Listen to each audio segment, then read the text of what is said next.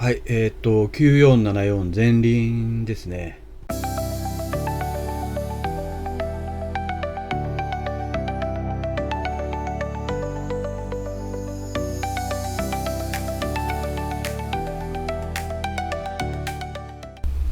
はい、JR 小倉駅に到着です。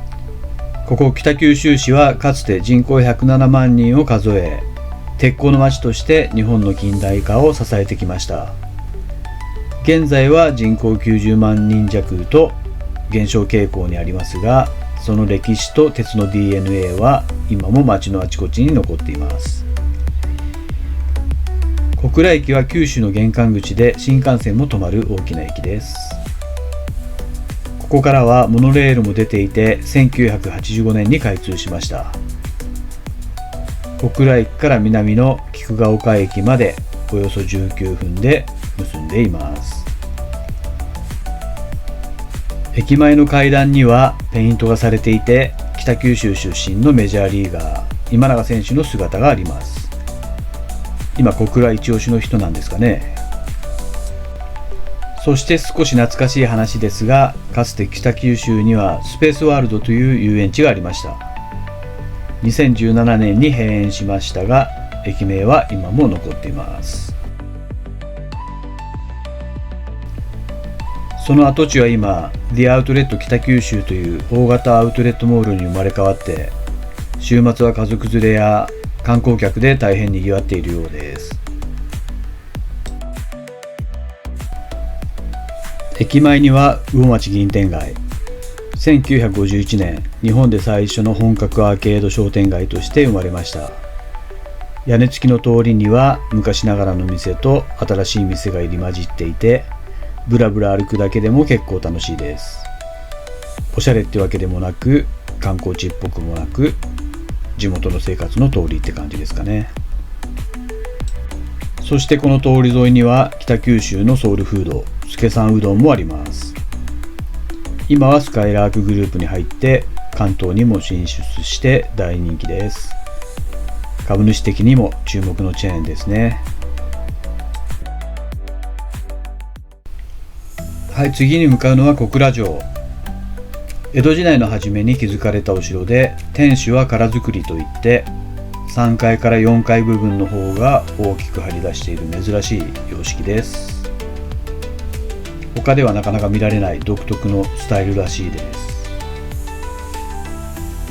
長州藩との幕末の戦いで一度焼け落ちましたが、現在の天守は昭和に復元されたものです。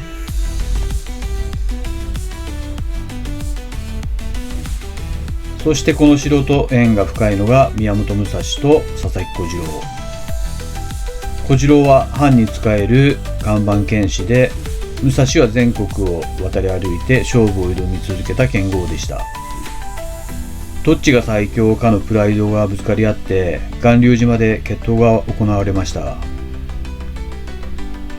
宮本武蔵といえば二刀流なんですけど、もし彼がいなければ二刀流という言葉は今存在せず、大谷翔平さんの現在のスタイルももしかしたら兼業とか二足のわらじなんて呼ばれていたかもしれませんね。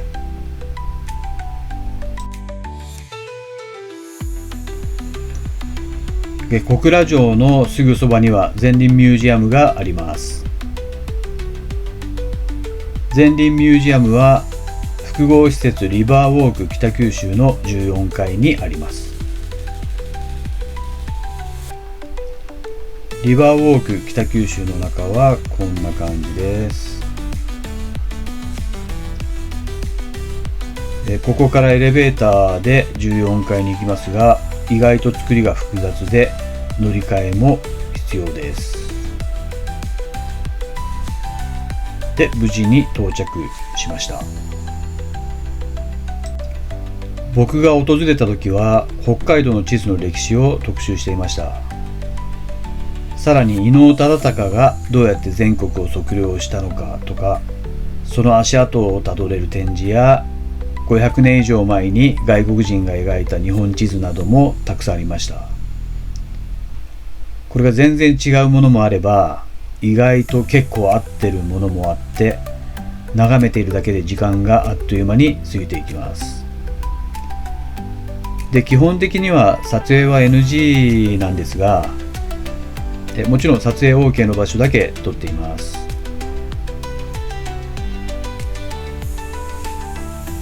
そしてここで働いているスタッフさんは、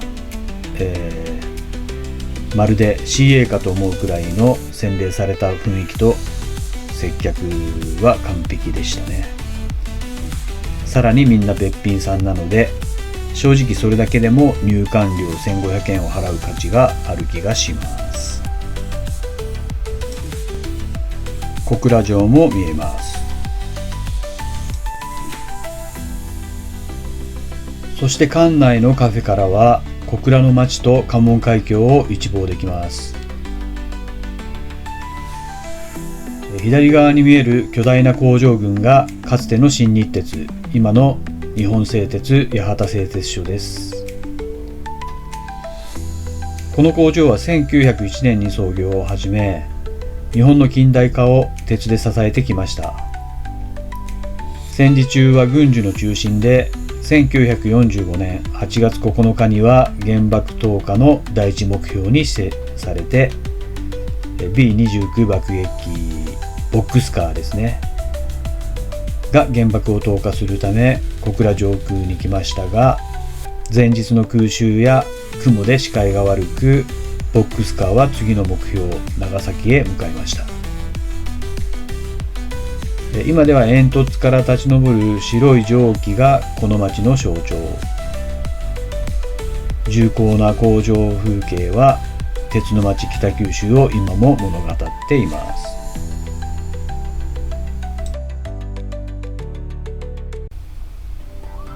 JR 西小倉駅から一駅、九州工大前駅にやってきました。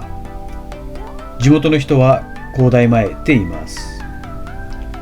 駅前には何にもないんですが、その中でひときわ趣があるというか、ちょっと近代的なビルが前輪本社です。では早速向かってみましょう。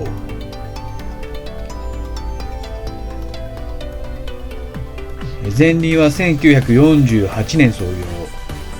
住宅地図で全国に広がり、カーナビやスマホの地図アプリにもデータを提供してきました。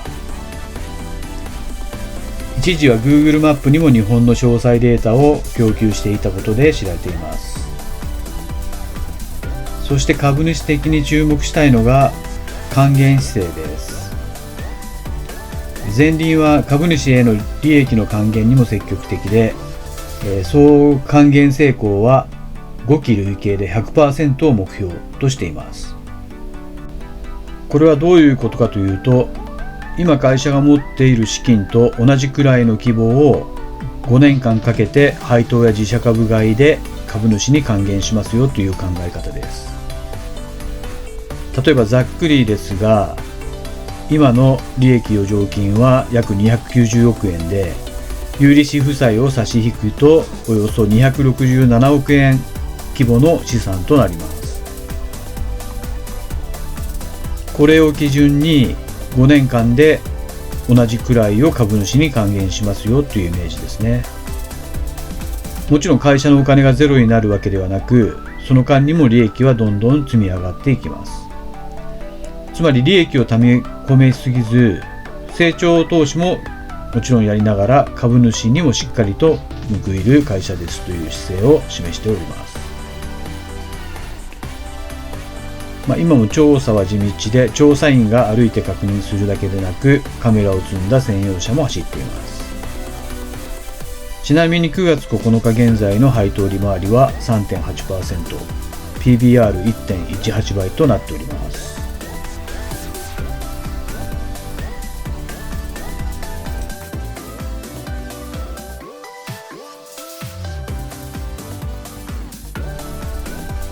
はい、では前輪本社を後にして、これから門司港駅に向かおうと思います。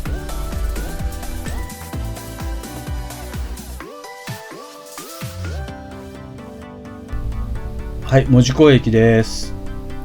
明治から昭和にかけて国際貿易で栄えた港町で、今は門司港レトロとして観光地になっています。ここはバナナの叩き売り発祥の地。台湾から輸入されたバナナが門司港に陸揚げされて、その場で威勢よく売られたのが始まりと言われています。で、門司港といえば焼きカレーです。戦後喫茶店で冷めたカレーをグラタン風にアレンジしたのが始まりで、今では町の名物料理となっていて、専門店も多く観光客にも大人気です。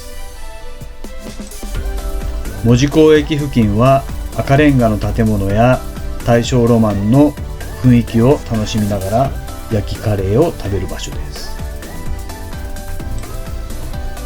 さて、今回歩いた小倉の町、さすがに90万人都市とあって、駅や商店街にも活気がありました。今回ゼンリンや日本製鉄といった企業に触れましたが、北九州市にはまだまだ本社を置く上場企業があります。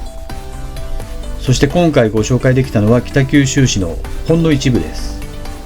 歴史や産業、そして地元グルメまで掘れば掘るほど奥行きのある街ではないでしょうか。では次はどんな企業と街を訪れるのか。株主の旅はまだまだ続きます。お楽しみに。よかったらいいねとチャンネル登録お願いします。ではまた。